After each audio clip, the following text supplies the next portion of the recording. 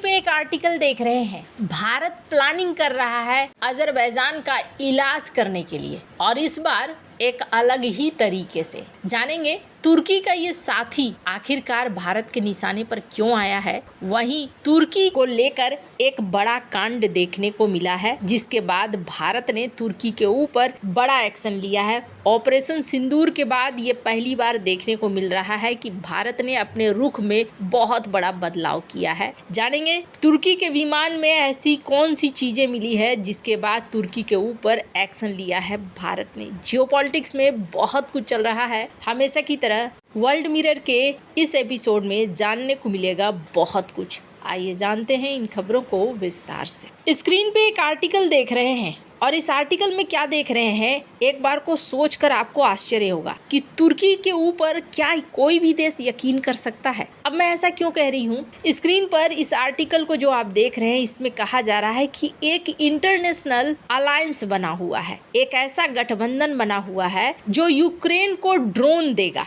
और इस गठबंधन में क्या तुर्की शामिल हो सकता है? हाँ जी, इस गठबंधन में तुर्की शामिल हो रहा है और ये गठबंधन एक दो देशों का नहीं है बल्कि 20 देशों का है। 18 प्लस 2 मेंबर। अब 2 मेंबर वो हैं जो ज्वाइन करने वाले हैं और 18 पहले से ज्वाइन कर चुके हैं, ऐसा कहा जा रहा है। तुर्की और बेल्जियम दोनों ने अप्लाई करा है, इनको बुलाया नहीं गया है। इन्होंने खुद से कहा है कि भाई हमें भी साथ लेकर चलो, हम तुम्हें ड्रोन देंगे। ड्रोन देने वालों में कौन कौन है? ऑस्ट्रेलिया है, कनाडा है, चेक रिपब्लिक है, डेनमार्क है, इस्टोनिया है, France, Germany, Italy, Lithuania, Luxembourg, Netherland, New Zealand, Norway, Poland, Sweden, Ukraine. यानी कि ज्यादातर कौन है? ज्यादातर यूरोपीय देश ही हैं यहाँ पर, जो कि यहाँ रूस के खिलाफ यूक्रेन को ड्रोन देंगे। और ये कितने का होगा? तो इसकी रकम भी अच्छी खासी है, कोई छोटी मोटी रकम नहीं है। रकम इसकी है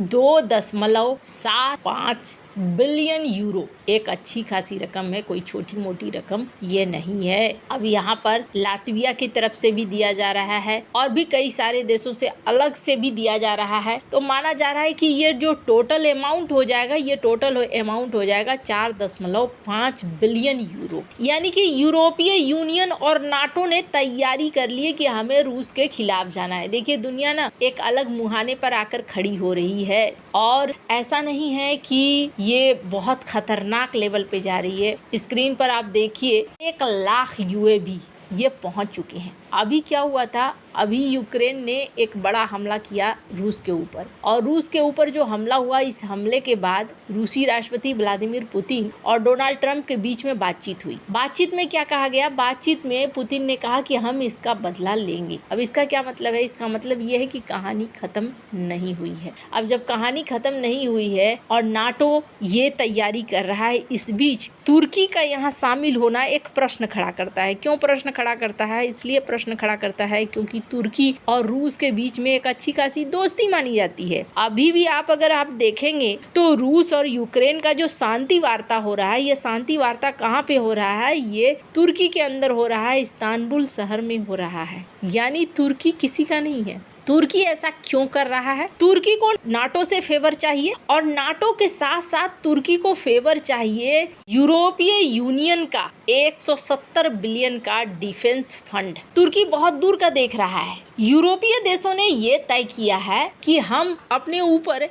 170 बिलियन डॉलर खर्च करेंगे और इस खर्च के बाद हम अपने आप को अपग्रेड करेंगे। लेकिन इसमें तुर्की को नहीं रखा गया है, तुर्की इसमें शामिल नहीं है, तुर्की को बाहर रखा गया है। अब तुर्की क्या चाहता है? तुर्की चाहता है कि नहीं भैया, जब अपग्रेड कर ही रहे हो ना तो हमें भी अपग्रेड कर दो ना, हम भी यहाँ पे अपग्रेड हो जाएंगे। और इसी चक्कर में ये जो आपने देखा यूक्रेन के लिए इन्होंने जो फंड दिया है यूक्रेन के इस यूएवी वाले संगठन में, इसीलिए ये ज्वाइन भी करना चाहते हैं। भारत के लिए ये बहुत खतरनाक होगा। अभी अगर आप देखें तो तुर्की की अर्थव्यवस्था डामाडोल है और तुर्की लगातार कोशिश कर रहा है अपनी अर्थव्यवस्था को संभालने के लिए, अर्थव्यवस्था को संभाल नहीं पा रहा है। दूसरी तरफ राजनीतिक तौर पर अस्थिरता है, ये भी देखने को मिल रहा है। और तीसरी तरफ सबसे बड़ी चीज ये है कि ग्रीस भी अब उसके ऊपर प्रेशर बनाना शुरू कर रहा है। स्क्रीन पर एक आर्टिकल देखिए, ग्रीस ने तुर्की को कहा कि कासस बेली को हटाओ ये क्या है, ये एक प्रस्ताव था।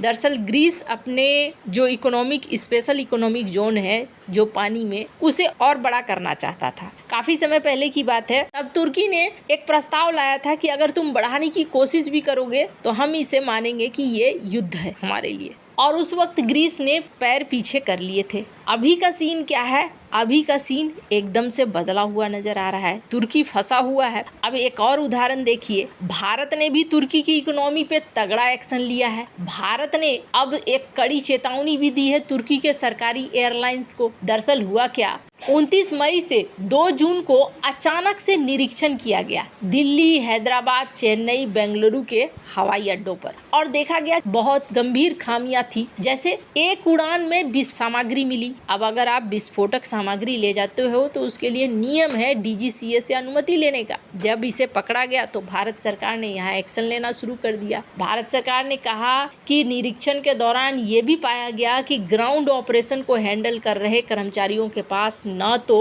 अधिकृत प्रमाण पत्र था और न ही वैध दक्षता कार्ड। साथ ही विमान की लैंडिंग पर कोई भी मान्यता प्राप्त रखरखाव इंजीनियर भी नहीं था। किसी भी तरीके से एक टेक्नीशियन सारा काम कर रहा था। तो यहाँ भारत ने तुर्की की इकोनॉमी के लिए बड़ा इलाज करना शुरू किया। अब एक दूसरा सोशल मीडिया पे ये खबर आ रही है, इसकी अभी आधिकारिक पुष्टि नहीं हुई है। कहा जा रहा है कि ग्रीस भारत से मांग रहा है कि आप हमें ऑपरेशन सिंदूर की जानकारी दे दो, मतलब वायुसेना ने किस तरीके से फाइट किया वगैरह, ताकि तुर्की के इन ड्रोनों का इलाज ढूंढा जा सके। जाहिर तौर पर ग्रीस भारत में कुछ सैन्य संबंध बन रहे हैं, लेकिन एक और है जिसका इलाज करना बहुत जरूरी है, और वो है अजरबैजान। इसको लेकर एक बड़ी ही धांसू खबर आई है। स्क्रीन पर एक आर्टिकल देखिए। बिना किसी पॉलिटिकल कंडीशन के अब भारत ने ऑफर कर दिया है आर्मेनिया को हथियारों का जखीरा। भारत के हथियारों ने अपने आप को प्रूफ कर दिया है। भारत के हथियारों ने जिस तरीके से तुर्की और चाइना को मजे चखा दिए हैं, उसके बाद अब भारत के हथियारों से ये देश थोड़ा खौफ जरूर खाने लगेंगे। अब यहाँ पर देखने को मिल रहा है कि आर्मेनिया, जो कि अजरबैजान का पड़ोसी मुल्क है और अजरबैजान के साथ इसकी बनती नहीं है। वहीं बात करें अजरबैजान की, तो अजरबैजान क्या करता है, अजरबैजान पाकिस्तान को भी सपोर्ट करता है और तुर्की को भी। और अब तो कई मौकों पर अजरबैजान खुलकर भारत के खिलाफ भी आ रहा है। ऐसे में भारत के लिए तुर्की और अजरबैजान दोनों का इलाज करना बहुत ज्यादा जरूरी है। भारत इस दिशा में बढ़ भी रहा है। अब देखना होगा कि यूरोपीय यूनियन की तरफ से क्या रिस्पॉन्स आता है। क्या ये अपने $170 बिलियन के प्लान में तुर्की को शामिल करते हैं। हालांकि तुर्की ने अपने इतिहास में कई बार ये दिखलाया है कि तुर्की के ऊपर भरोसा नहीं कर सकते हैं, पर अब देखना होगा कि यूरोपीय यूनियन क्या निर्णय लेता है। आपको क्या लगता है, इन सब मामले में आपकी क्या राय है, कमेंट कर जरूर बताएं। जल्द मिलते हैं अगले वीडियो में नई खबर के साथ।